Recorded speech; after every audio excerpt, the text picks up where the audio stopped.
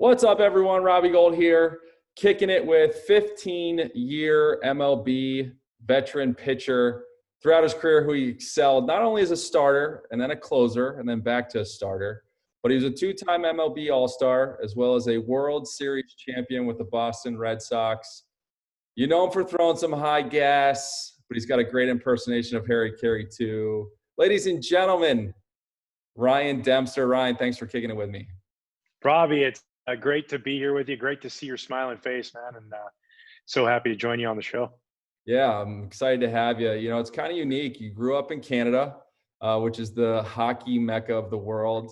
You get drafted by the Texas Rangers 3 years after the Blue Jays win the World Series, their first one. You become the face of Canadian football or Canadian baseball. You later last year get inducted into the Canadian Baseball Hall of Fame. You are Mr. Baseball of all Canada. Did you ever think that baseball and major leagues and even your parents think that that was a realistic dream? No, I did. They didn't. They not at all. They probably had aspirations of me working at the pulp and paper mill like the rest of the family. So it is quite interesting journey. First of all, not playing hockey when everybody played hockey, and I grew up with two younger brothers, and I remember we did play 1 year of organized hockey. The skating rink was ice rink was like 30 minutes maybe, 30 minutes away, and my mom was going practice home, practice home, practice home. And at the end of the season, she said, "All right, it's hockey and nothing or everything else and no hockey." And me and my brothers were like, we loved every sport. So we're like, all right, we can do without hockey. We'll do that. And I just took baseball at a young age and loved it. Like it's in my like baby book my mom kept, like what I want to be when I grow up, baseball player.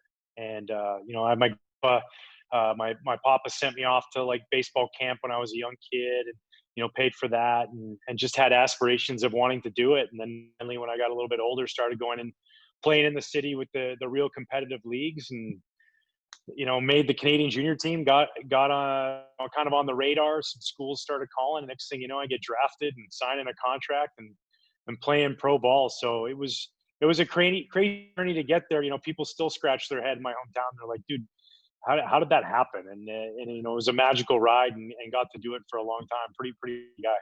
Well, it's unique because I grew up playing baseball. I grew up 25 minutes from the Little League World Series.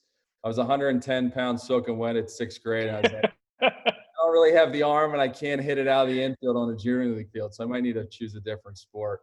But, I grew up in a family where my dad was a mailman. He still is. And my mom's a retired school teacher. So that blue collar nature that you're talking about is kind of unique, which I think is also unique to kind of how you started your MLB career. It took you 3 years. You played in the minors. And that's something I love about the grind of baseball because it's very similar to kickers. There's 4 or 5 spots open. When you got into the Major League Baseball, you became in and you were a starter, right? And then you transitioned to a closer, and then eventually you came back to being a starter. How did that kind of mature over your career, and how did that help you as a pitcher? Yeah, I think early on in my career, probably the biggest thing was, you know, did that first year in the big league, the ups and downs of it all helped me later on when went through that kind of role as a closer. Because like when first got to the big leagues, the Marlins had just won in 1997. They dismantle the whole team, and then they bring up all us rookies from Double A and not even from Triple A. They didn't even have anybody in Triple A yet. We all these young guys coming up, and we stunk, and we were awful. And I learned really fast how to deal with losing and how to deal with failure, and realize that just because you fail, you're only as good as your next pitch or your next game. And then when I got a chance to get back up to the big leagues, that really, really helped. And then going into the closing role, like you learn really fast. I always said, like, thinking of you, I always said to be a closer, especially for the Cubs, was like being a kicker for the Cowboys. You could boot 30 in a row, you miss one field goal, they're like, get a new kicker. Playing against the Dodgers one time, here I am at Wrigley Field, three-run lead against the Dodgers. Little easy base hit, another easy base hit. I'd saved 26 consecutive games.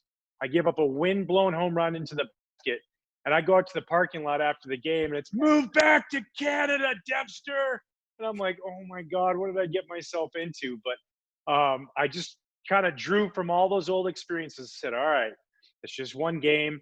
My next game, that's all that matters. The next pitch I throw, that's all that matters. And I tried to really focus as hard as I could on that. And I think that's ultimately what led to me able to have a career in baseball and not just a short little as a job.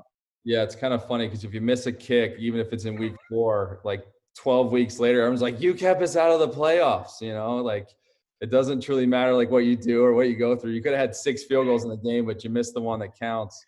And you're the headline in the newspapers. But I think that's kind of unique about both our positions, and something I've always looked up to you when you were playing in the city of Chicago is, being a closer, you're coming in probably the most hostile situations with either people in scoring position and you got 2 strikes and you haven't thrown 1 pitch all day. And then you talk about a kicker. I sit on the sideline pretty much the entire game and then come in for the most important part of the game, and you're counted on, right? So, I had a lot of people in my career that I kind of leaned on for some advice. Did you have a mentor that you had that you'd say that helped you propel your career? Yeah, I had a great high school coach who really laid out, a good plan for me, and he always kept in touch with me along the way, and really kind of, kept positive. He saw things that I was doing, um, that really helped me as I got into the big leagues. And then when I got to the big leagues, because of my early failures, I really struggled like with confidence and believing that I was good enough to be there. Because it's like, first of all, I'm throwing like pitching right kind of in the midst of all the PED era. Yeah. So it's like, whoa, man, I throw all over the plate, and I have to look at the umpire and get a new ball every time because these guys are hitting 450 feet. So then I started not throwing enough strikes to get anybody. I started. I'm like, oh man, I got to throw strikes, and then I get behind, and now I got to throw it over the plate, and yeah. So it was the kind of this up and down ride, and then it played 2 parts. Eventually, actually, one as a teammate, but I had a guy named Harvey Dorfman, and Harvey Dorfman was a sports psychologist that wrote 2 incredible books for any young kids who are ever out there thinking about it, at any level. It was called The Mental Game of Baseball and the ABCs of Pitch. And he had a big reputation working with guys like Maddox and Kevin Brown, and even some of the other pitchers with the Braves, and worked with all these other clients. Scott Boras had hired him to work with them, and he worked with us with the Marlins, and he was incredible about that next mentality. What's behind us is behind us. It's done. We can't change it. As much as we want to be Marty McFly and go back in the DeLorean, we can't do that. So it's like pushing forward. And he always preached Maddox, and he told me all these stories. Well, then I get to the Cubs in 2004. Who's my teammate? Greg Maddox. And I'm like, I'm hurt. I'm coming off Tommy John. I'm not playing. They signed me, to rehab and then eventually play. And I'm like, oh, I'm going to sit next to this guy and get a thesis in pitching. And I Absolutely. did. And he was incredible, man. He was such a good teacher and taught me so many things along the way. My career started out, I was 3 for 6. I'd been waiting to get in the National Football League. I was nervous, like, hey, I got to make every kick because that's the only way I'm going to hold down this gig. And the Bears truly only probably cared at the time. They're like, hey, can you make extra points because we're going to bring our other guy back. But I always remember Patrick Manley when I got to the sideline being like, Robbie, listen, at the end of the day, just start a new streak. And then I started getting on like this, make it 1 kick at a time, just like you probably did 1 pitch at a time. And for me, what was unique is I take that mentality now, and that's really kind of helped my career because I don't take a miss as bad as I take a make, if that makes sense. In football, kicking a field goal is like riding a bike. I've done it a million times. I've thrown out the pitch for the first Cubs a bunch of times, and I'll never forget the first time. I'm like, don't airmail it. No, don't just lob it in there. Like, don't bounce it in. Like, I have all these thoughts other than throw as fast as you can. And I'll never forget, like, I'm getting ready to release the first one, and here it is. And I'm like, oh my God, that's going to go over the catcher. But thankfully, he was able to stand up. I kept it low enough. I have no idea how you do that for 90 to 100 pitches on any given day in Wrigley. That's Yeah, I would tell you, man, it is, it is nerve wracking. It is nerve wracking when you got to make that big pitch, and, your arms hanging. And like, I had games early on in my career where I'm like, okay, oh man, I gotta call timeout and get the coach out here. I don't know where it's going, And I actually had a game I remember, I was in Atlanta, and I struggled. It was my last start of the year. I was battling through some shoulder tendonitis, and I wasn't getting hit, walking everybody. Like from the start of the game, it was just walk, walk, walk. And I was a guy that like didn't want you to take the ball away. Like you could get off my mound, stay away from me. I don't want mound visits from the pitching coach or anything. And here comes my manager, right? And he's kind of feeling it because like he knows my personality. It's the first inning, and he's getting ready to yank me. And he looks at me and he's like, kind of like puts his hand up for the ball. And I just look, I said, "What took you so long?" It's the only time in my career I ever said that. I was like, "Why'd you wait so long? I'm embarrassing myself out here. You gotta hurry up and get the ball." So there's moments for sure where I felt exactly like you felt on that first pitch where I'm just flipping a coin. This is either gonna be a ball or a striker. I'm hoping it doesn't hit somebody. What's the walk back after the coach takes the ball from you? Well, twofold. You got the dig me walk because you just pitched really well in the crowd, and yeah, that's a good one. You got the smile, the tip of the cap. That's the one you're hoping for when you wake up that morning. But then there's like that one where it's just like you do for a moment. We just talked earlier about living forward and pushing forward. It's so hard. You're just living backwards. I wish I would have thrown a different. I wish I would have thrown in a different spot. Why didn't I take a deep breath?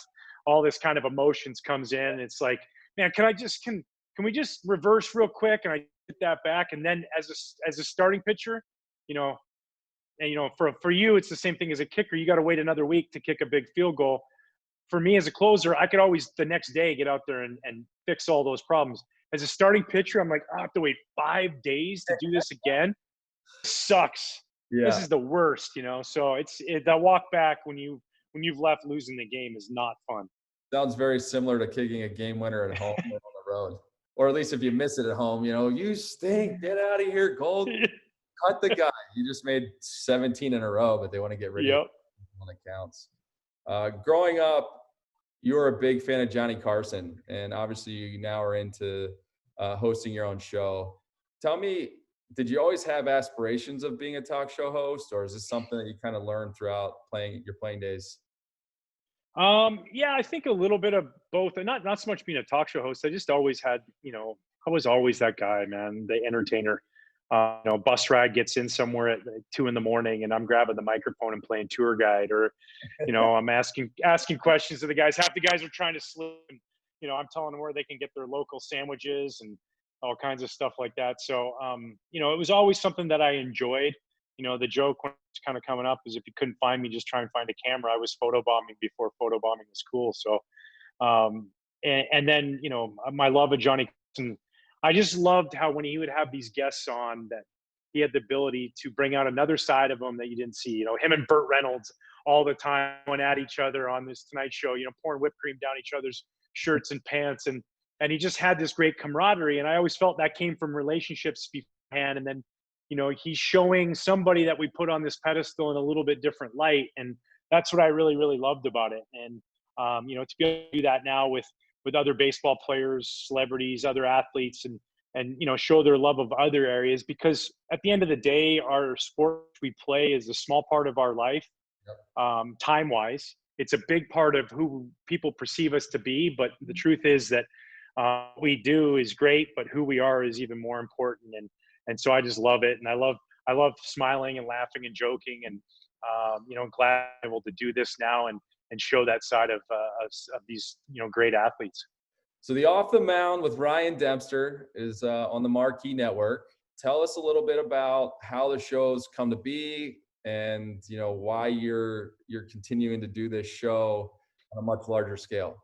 Yeah, so we started it. The Cubs have a big convention every year. It's one of the largest in the country for any sports franchise. It started a long time ago, and talking with my good friend Max Berman, who works over at the Cubs. Max was like, "Hey, would you be interested in doing your idea of the Cubs convention?" And I said, "Absolutely." And so we kind of put it together and did it in front of the live studio audience by 2,500 people at the Sheraton Hotel, and it went really well. And we were like, "Oh, this is cool." And so we did it again the next year, and then had ideas of implementing a band, kind of like Jimmy Fallon has his roots, and John Batiste with Colbert. And I'm like, okay, this is a fun little element. And I think I can sing. I can't at all, but I think I can. You're not And exactly. karaoke. That's where I live, in that singing world. Absolutely. So we just started doing it, and then we found some possibilities for some other things. Once we kind of had the Friday night at the Cubs convention, we turned it into Off the Mound, and we thought, hey, what a great idea! We could do this and raise some money for some charity. So we did our first charity event at the Vic Theater a couple years ago. And we had great guests, Kerry Wood, Ozzie Guillen, John Casey, and Anthony Rizzo. And, we were able to raise, close to $75,000 for CPS Score, which is an after school sports program in Chicago for public schools. And it was just great. And then, the response, so many people came up to me afterwards laughing and saying, I didn't know, Kerry Wood was that funny, or who was Sean Casey? I didn't even know about this guy, and I almost peed my pants laughing. So it just became an event that we loved, and we said, all right, let's do it again. And then we went for the Special Olympics, which was huge, Special Olympics Illinois last year. And then we kind of had these aspirations. All right, let's go. And Marquee Network was so great to sign me on and say, let's stick with it. And unfortunately, right now we can't do the live shows, but we're doing the ones just like this. And have the opening monologue. We have the band, singing the playing instruments and all that kind of stuff, and using little videos that I film and stuff like that to produce a little show. And hopefully we'll get back to some live shows again where we can raise some money. And it's a part of not only mine, the band, everybody involved's kind of idea too, is that we can have fun, laugh, raise some money for some great causes, and this other side of the players that, just like you said, maybe if they have a failure out on there, out in the field, that we can just give them a little bit of slack, because we realize that they're beings too. They laugh, cry, smile, and fart just like all of us, No doubt. And it's funny, if you ever need a lip syncer, I'm your guy. I'll stand behind that mic, Perfect. and I will jam out with a two-step in a heartbeat. Nice. One of the most unique things that I know about you is, and you talked about kind of the giving back and the charity aspect of the show, is you're one of the 99 good guys in baseball. And obviously you have a personal situation with your daughter who is diagnosed with 22q syndrome. Is there anything in your playing career that's kind of helped you personally and personally to your professional career? Yeah, I think just probably like in my playing career, just being able to handle adversity, and realizing that here's the situation. This is what we're given, right? Like, we all want to pitch with nobody on and throw a complete game every day, but it's not going to happen. And sometimes the bases are going to be loaded, and you got to face Barry Bonds, or that's just how it is. And I look to a moment. Just speaking of that, it was 2000 in Cincinnati. I was having a good year, and I had runners on first and second in the bottom of the seventh inning, facing the Reds. And Barry Larkin was up, and he hit an infield single to load the bases. Now I got like 150 pitches or something at the time, and I looked down the bullpen, and nobody's warming up. Unheard of today, right? Like, that just doesn't happen today. Warming up in the third or fourth inning nowadays. Yeah, and you know who was on deck? Ken Griffey Jr. So like, not even Vic Derensberg, our left-hand specialist, is up, and I'm like, okay, this is mine. And I loved it. I loved that my manager gave me that chance, because one, instantly it was like, this is mine. And two, I had a chance to compete against one of the greatest hitters in the history of baseball, still in his prime. And, I was fortunate enough, and Mike Redmond, who was my catcher, who we were both from the Pacific Northwest. So we both grew up, idolizing Griffey. And he came to the mound, and he said to me, I remember it clear as day, he said, this is what we've been waiting our whole lives for. We've dreamt of this. And I just said, all right, and let's go. And we ended up, getting a strikeout in a big situation, probably as pumped up as I've ever been on the mound. And it just made me realize that no matter the situation in baseball, that I can get through it. And then that translated later on into life. And with Riley being born with the 22q deletion syndrome, and realizing that, you got this terrible thing going on, and you got to try and battle through it. And we had a great support system. The people in Chicago were amazing, the work with the foundation that they did. And then I just started to watch her, and I just drew inspiration from her, because she didn't know any different. She's tougher than I ever was. She's tougher than her brother and sisters. She's just, so resilient. And then it just made me realize that, things are thrown at you in life, things you don't want to happen. But you always just have to try and take the positive and move forward. And if you do that, at the end of the day, you're going to be in a better position. Would you say that situation was the biggest adversity you've ever faced personally? Yeah, I just think the dynamic of it all, right? It's a lot of stress. We had a son who's older and healthy, right? And so then the attention that it takes off of him, and all the times in the hospital trips, the unknown things. Riley's mom having to go through that, me having to go through that. That's a lot on family, and but it definitely makes you stronger if you allow it to do that, to find a way to you know make you better in the future. And it definitely goes with its ups and downs. But when I look at moments now, and it's like I'm probably sometimes I feel like a bad, like one of my kids will fall off a bike or something. And I'll be like, "You're all right. Get up. You're fine. Rub some dirt on it. Yeah, your sister's had 8 surgeries. You're good. Get, like so. Yeah. It's it is interesting the perspective it gives you, because you realize a how resilient kids are and how tough they are, and b, what you're capable of of getting through as a human, and battling through to get on the other side of it all. Yeah, it's funny. As my kids, we always tell them they can't get a Band-Aid unless they have blood, and if they rub some dirt on it, get tough, and we go about our business, right? So I think, obviously as a parent, you're like the ultimate guardian, right? In the beginning, when my first son, he would fall over or something, I'm like, oh my God, we got to take him to the hospital, right? And then as it goes on, you're like, okay, you're fine. Just rub some dirt on it. No big deal. Yep. You know, give some advice to your younger self. You're in your kid's shoes. What advice would you give to your younger self? Wow. I would probably say, keep my mouth closed a little bit more and my ears open a little bit more. I think, I love, to talk and have conversation and do those things. But I think as a younger player, I thought probably I had a little bit more knowledge of the answers than I really did. And, if I maybe just would have listened a little bit more, I'm happy with my career. I got a chance to win a World Series. I got a chance to be on some great teams, do some great things individually. But I feel like I could have done more things if I just, you know, as Jim Leland once put it in the locker room in Houston, just, shut my mouth and listen, I would have been a bit better off. So, but it was great advice at the time. I just wish I would have known it a little bit earlier. Yeah, but I think every athlete goes through that. I mean, shoot, I'm in year 15 going into 16, and I'm still trying to learn that. There's no doubt about it. But I just want to say thanks. I appreciate you coming on the show and kicking it with me. I think your story about your family, I think your career has been incredible. What you're doing with the show off the mound is awesome. I mean, I think for me as an athlete, you've thought about what life after baseball looked like, and you set yourself up for that. And it's very admirable, because a lot of guys in our positions don't do that, right? So thanks for being a mentor to me, and thanks for coming on the show, and I appreciate you kicking it with me. Absolutely. Anytime. It was great catching up with you, and good luck with everything. I know you're going to do great at it.